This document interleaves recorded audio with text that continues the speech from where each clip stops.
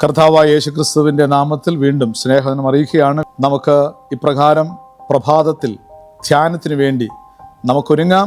കഴിഞ്ഞ ദിവസങ്ങളിലും കഴിഞ്ഞ നാളുകളിലും മിഷൻ 7 നിങ്ങൾ കാണുകയും കേൾക്കുകയും പ്രാർത്ഥിക്കുകയും പ്രോത്സാഹിപ്പിക്കുകയും ചെയ്യുന്ന എല്ലാ പ്രേക്ഷകർക്കും ഒരിക്കൽ കൂടെ ദൈവനാമത്തിൽ നന്ദി പറയുന്നു. ഇന്നത്തെ നമ്മുടെ പ്രഭാത ചിന്താവിഷയം ഇതാണ്: ലോകത്തിലേക്ക് എന്ന വിഷയത്തെ ആസ്പദമാക്കി ഒരല്പനിമിഷം നമുക്ക് ചിന്തിക്കാം. എല്ലാവരും പ്രാർത്ഥനയോടെ ആയിരിക്കണമെന്ന് ദൈവനാമത്തിൽ ഓർപ്പിക്കുകയാണ്. ലോകത്തിലേക്ക് നമുക്ക് ഏവരും സുപരിതമായൊരു വേദവാക്യമാണ് മത്തായിയുടെ സുവിശേഷം 24-14 വാക്യം. ഇന്ന് നമ്മൾ പ്രസംഗിച്ചുകൊണ്ടിരിക്കുന്നതായ വാക്യം ഇതിൻ്റെയാണ്: രാജ്യത്തിന്റെ ഈ സുവിശേഷം സകല ജാതികൾക്കും സാക്ഷ്യമായി ഭൂലോകത്തിലൊക്കെയും പ്രസംഗിക്കപ്പെടും, അപ്പോൾ അവസാനം വരും. 1800 മുതൽ തിരുവെഴുത്തുകളുടെ പരിഭാഷയും അതിന്റെ പ്രസിദ്ധീകരണത്തിന്റെയും വളർച്ച സ്ഫോടാത്മകമായിരുന്നു, വളരെ അത്ഭുതകരമായിരുന്നു. 5 നൂറ്റാണ്ടുകൾക്ക് മുമ്പ് ജോഹാൻ ഗുഡൻബർഗ് കയ്യിലെടുത്തു കൊണ്ടുപോകുന്ന പറ്റുന്നതായ രീതിയിലുള്ള ഒരു ബൈബിൾ അദ്ദേഹം എഴുതി. മാത്രമല്ല, ആദ്യമായി അച്ചടിച്ചത് മുതൽ ദൈവജനം ലോകമെമ്പാടും അതിവേഗം ശരവേഗതയിൽ പ്രചരിക്കുകയാണ് ഉണ്ടായത്. മാത്രമല്ല, 19-ാം നൂറ്റാണ്ടിന് തുടക്കത്തിൽ 68 ഭാഷകളിൽ ബൈബിൾ ലഭ്യമായിരുന്നു. ഇന്ന് സമ്പൂർണ്ണ ബൈബിളിനായ 670 ഭാഷകളിൽ ലോകവ്യാപകമായി നമുക്ക് ലഭിക്കുവാനിടയായി തീർന്നു കഴിഞ്ഞു. മാത്രമല്ല, അതിൻ്റെ ഭാഗങ്ങൾ 3312 ഭാഷകളിൽ ലഭ്യമാണ്. പുതിയ നിയമം, പിന്നെ സങ്കീർത്തനം, ചേർത്തുള്ളതായ പുതിയ നിയമം, ഇങ്ങനെ തുടങ്ങിയതായ വേദപുസ്തകങ്ങൾ നമുക്ക് സുലഭമാണ്.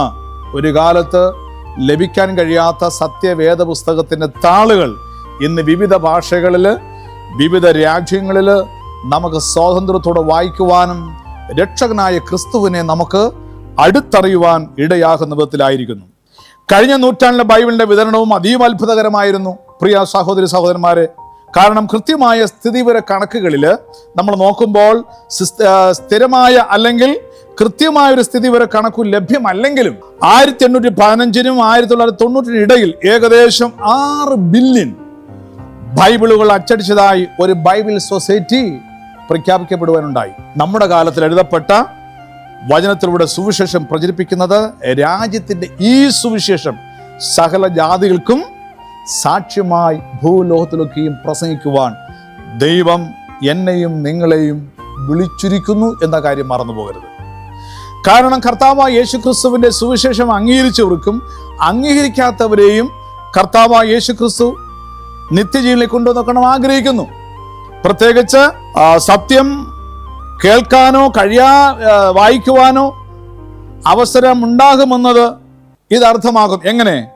രാജ്യത്തിൻ്റെ ഈ സുവിശേഷം എല്ലാവരും സ്വീകരിക്കണം എന്ന് യേശു ഒരിക്കലും എന്ത് ചെയ്തില്ല, പ്രവചിച്ചിട്ടില്ല. പകരം ഇത് ലോകം മുഴുവനും ദൈവത്തിൻ്റെ സത്യം അറിയണമെന്ന് ദൈവം ആഗ്രഹിക്കുന്നു. അതുകൊണ്ട് ഈ വലിയ സുവിശേഷം ദൈവം എന്നെ നിങ്ങളെ ഏൽപ്പിച്ചിരിക്കുന്നു എന്നുള്ള കാര്യം മറന്നു പോകരുത്.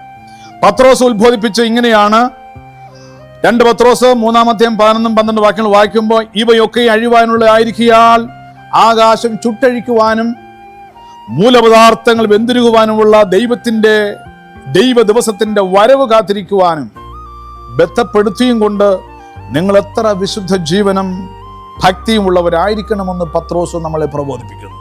പ്രിയ ദൈവത്തിന്റെ ജനമേ, നാം ഓരോരുത്തരും സ്നാനപ്പെടുമ്പോൾ കർത്താവായ യേശുവിനെ സ്വന്തം രക്ഷിതാവായി സ്വീകരിച്ച് നാം സ്നാനപ്പെടുമ്പോൾ ഒരു തീരുമാനം എടുത്തിട്ടുണ്ട്: ഞാൻ കർത്താവിന് വേണ്ടി വരവിന് വേണ്ടി ഒരുങ്ങുകയും മറ്റുള്ളവരെ ഒരുക്കുകയും ചെയ്യുമെന്ന് ഒരു തീരുമാനം എടുത്തുള്ള കാര്യം മറന്നു പോകരുത്. അതുകൊണ്ട് ഇന്ന് ലോകവ്യാപകമായി ടെലിഗ്രാഫ്, റേഡിയോ, അതുപോലെ ടെലിവിഷൻ, അതുപോലെ കമ്പ്യൂട്ടർ ഉപകരണങ്ങൾ, പല മാധ്യമങ്ങൾ കൂടി വന്നു കഴിഞ്ഞു. ഇതിലൂടെ എല്ലാം വന്നത് യേശുക്രിസ്തുവിന്റെ നിത്യവിശുദ്ധ ലോകത്തെ അറിയിക്കുന്നുള്ളതാണ്. അതുകൊണ്ട് നമ്മളെ ഏൽപ്പിച്ച ദൗത്യം, നമുക്ക് ഈ വലിയ ദൗത്യം നമ്മളെ ഏൽപ്പിച്ചിരിക്കുന്നു. നമ്മുടെ കണ്ണുകൾ അടയ്ക്കാം, നമ്മെ അതിനുവേണ്ടി പ്രവർത്തിപ്പാൻ, അതിനോട് ശക്തമായ സുവിശേഷം അറിയിപ്പാൻ പ്രാർത്ഥിക്കാം. ഞങ്ങളുടെ ദൈവമേ, സ്വർഗീയ പിതാവേ, ലഭിച്ച നല്ല അവസരത്തിനായി സ്തോത്രം. രാജ്യത്തിന്റെ ഈ സുവിശേഷം സകല ജാതിയോടും സാക്ഷ്യമായി ഭൂലോകത്തിലേക്ക് പ്രസംഗിക്കപ്പെടേണ്ടതാണ്. ദൈവമേ, അത് എന്നെ ഏൽപ്പിച്ച ഒരു ദൗത്യമാണ് കർത്താവായ യേശു. അതിനെ തിരസ്കരിപ്പാൻ ഇടവരുത്താത്ത വിധത്തിൽ, ലജ്ജിപ്പാൻ സംഗതിയില്ലാത്തവരായി തീരുവാൻ ദൈവം ഞങ്ങളെ സഹായിക്കണം. യേശു വരാറായി. ലോകവ്യാപകമായി സുവിശേഷം അറിയിക്കേണ്ടതായിട്ടുണ്ട്. ആ ഉത്തരവാദിത്തം എന്നെ ഏൽപ്പിച്ചിരിക്കുന്നു. അത് ഏറ്റെടുത്ത് ചെയ്യുവാൻ ഞങ്ങളെ ശക്തരാക്കണമെന്ന് യേശു ക്രിസ്തുവിൻ നാമത്തിൽ സകലവും താഴ്മയായി ചോദിക്കുന്നു. കേൾക്കണം സ്വർഗീയ നല്ല ദൈവമേ. ആമേൻ.